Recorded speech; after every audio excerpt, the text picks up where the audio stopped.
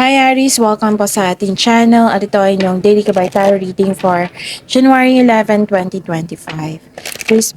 Please be reminded kung naka-resonate kayo, comment down. Kung hindi kayo naka-resonate, ibigay niyo po sa iba kasi channel reading po ito. This is for you, Aries, ngayon January 11, 2025.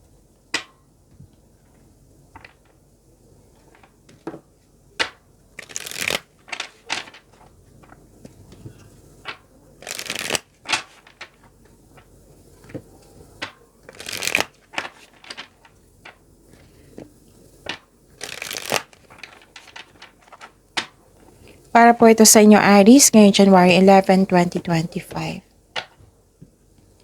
Maraming salamat po sa inyong patuloy na suporta at maraming salamat din po sa mga hindi nag-skip ng ads. Gamitin ang reading na ito bilang gabay lamang sa mga hindi pa nag-subscribe, subscribe na po kayo at click bell notification para malaman nyo na may bago tayong video. Para sa mga gusto magpa-reading po, may lumabas dyan sa screen nyo ngayon, panoorin nyo po at sundin ang instruction.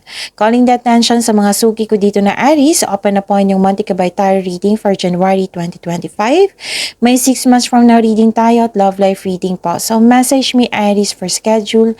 Maraming salamat po. Okay.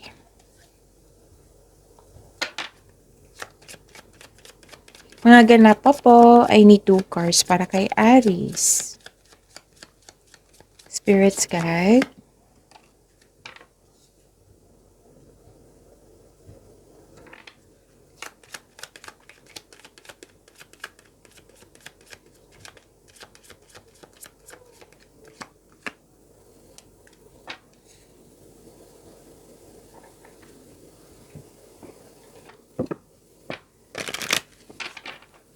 Spirits Guide, mga mensahe po para kay Aries, kay January 11, 2025. I need 2 cards po.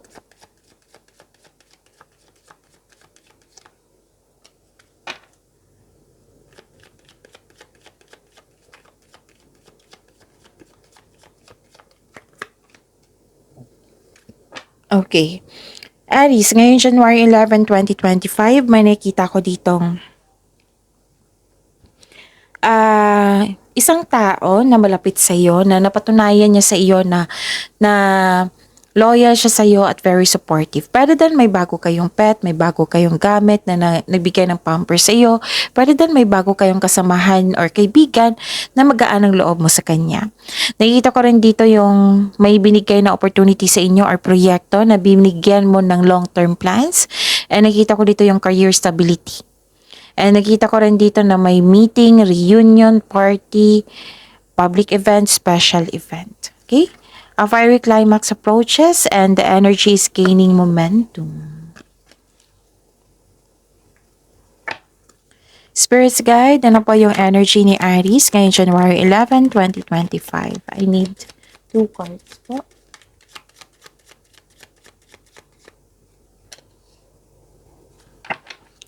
And the clarification of this card po.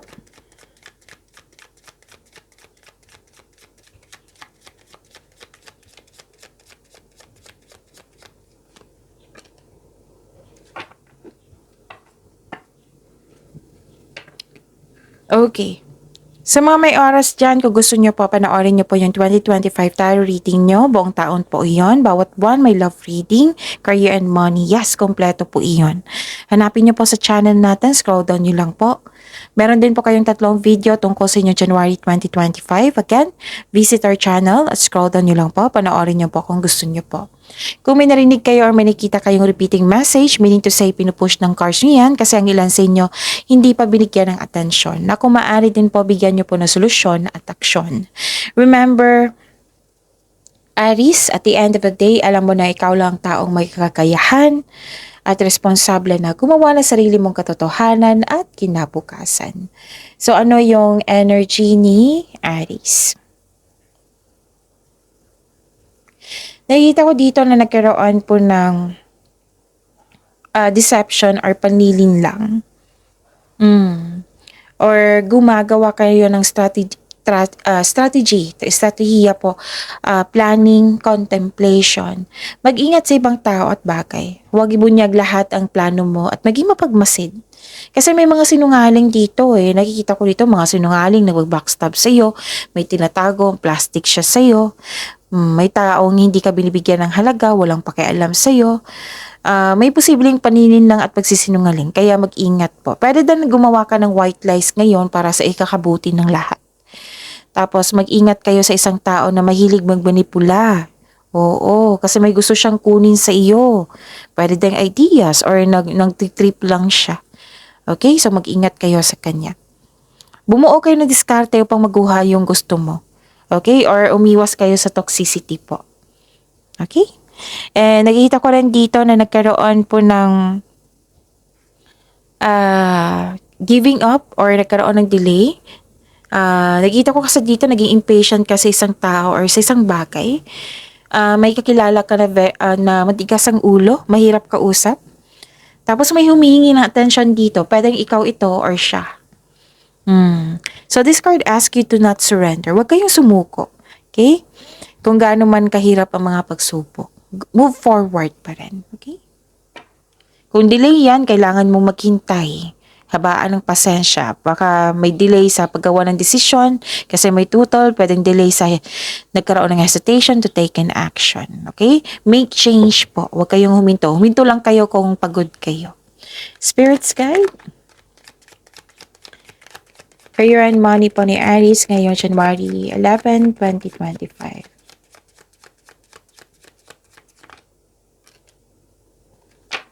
And the clarification of this card po.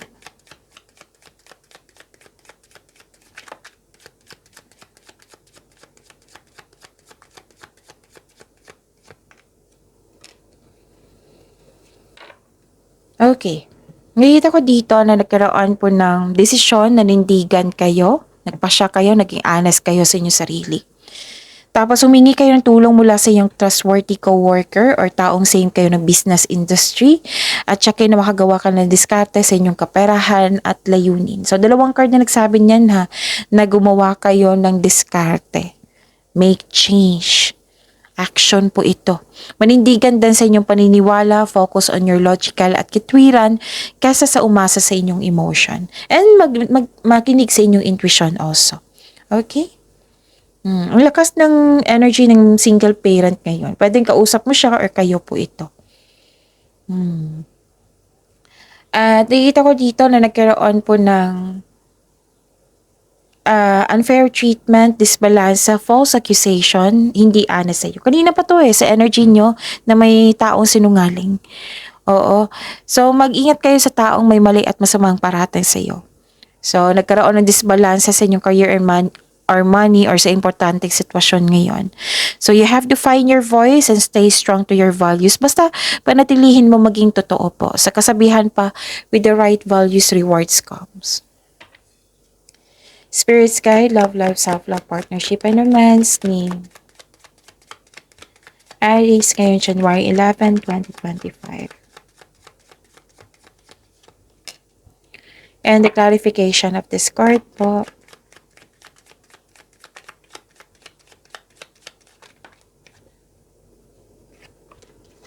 Okay. Maraming salamat po sa patuloy na tiwala at suporta sa ating channel. At maraming salamat din po sa mga hindi nag-skip ng ads. Sa mga singles dyan, okay, para sa lahat to, naging impatient kayo sa isang, kanina pa to, di ba? Oo, from here to here, naging impatient kayo sa isang tao na, sa isang tao or sa isang bagay. Tapos magalingan nyo sa paggawa ng desisyon ha, kasi nakita ko dito, mabilis na desisyon. Hindi yan pwede kasi kailangan mong pag-isipan ng mabuti kung karapat dapat pa. Kahit desisyon man yan or plano, pag-isipan ng mabuti. Kung may delay po, the universe is trying to show you something, baka may na-miss kang opportunity. So the wisdom message is use your time wisely. Requirement po ngayon ang maging kalma at mag-relax at maging mapagpasensya. Be flexible also. And sa mga single, this is a signal na a romantic relationship with someone you consider a teacher or a student. Oo, may dito, may connection dito sa teacher or student. Romantic relationship ba or or nag-build kayo ng magandang relasyon na marami kayong natutunan sa isa't isa. Sa mga may relasyon sa buhay mag-asawa, may pamanihikan na magkaganap or kasal, you and your partner have a strong beliefs. Okay, sa mga may relasyon yan ha. O, kasi mag-asawa, magkasal na yan eh.